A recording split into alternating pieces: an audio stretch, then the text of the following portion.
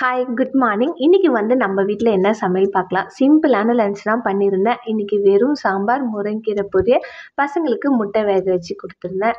Morning டிஃபனுக்கு ஆப்பமும், தேங்காய் பாலும் தான். இது எப்பவுமே தேங்காய் நெறைய இருந்தா நான் இது போல அடிக்கடிக்கு தேங்காய் பால் செஞ்சுருவோம். எங்க வீட்ல எல்லாருக்குமே பிடிக்கும். எல்லாமே நல்லாவே சாப்பிட்டுருவாங்க.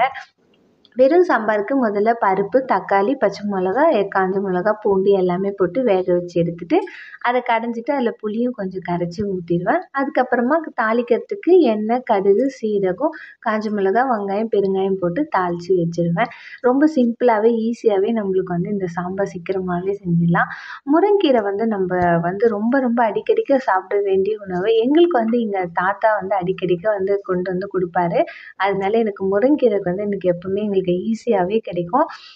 எப்பவுமே இது போல கலக்கா கொட்டை போட்டு செய்றப்ப அதில டேஸ்ட்டே வேற. எல்லாருமே சாப்பிட்டுருவாங்க.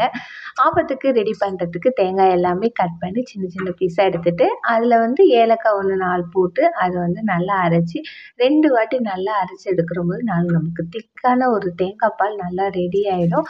எப்பவுமே தேங்காய் பால் அடிக்கடிக்க உடம்புல சேர்த்துக்கங்க. ரொம்ப ரொம்ப உடம்புக்கு நல்லது. எப்பவுமே ஆப்பத்துக்கு கொஞ்சம் தண்ணியா கரைச்சிட்டு, ஆப்பச்சட்டியில நல்லா ஊத்தி, இந்த பக்கம் ஒரு உருட்டு, அந்த பக்கம் ஒரு உருட்டுனா போதும். நல்லா ரவுண்டு ஷேப்ல ஆப்பம் ரெடி ஆகி வந்துரும். எப்பவுமே ஆப்பம்னாலே சீக்கிரமாவே பசி எடுத்துக்கும். அவ்வளோதான், ஆப்பத்த 2 சாப்பிட்டுட்டு கொஞ்சம் நேரம் ரெஸ்ட் எடுத்துட்டு என்னோட ஒர்க் பார்க்க ஆரம்பிச்சுட்டேன்.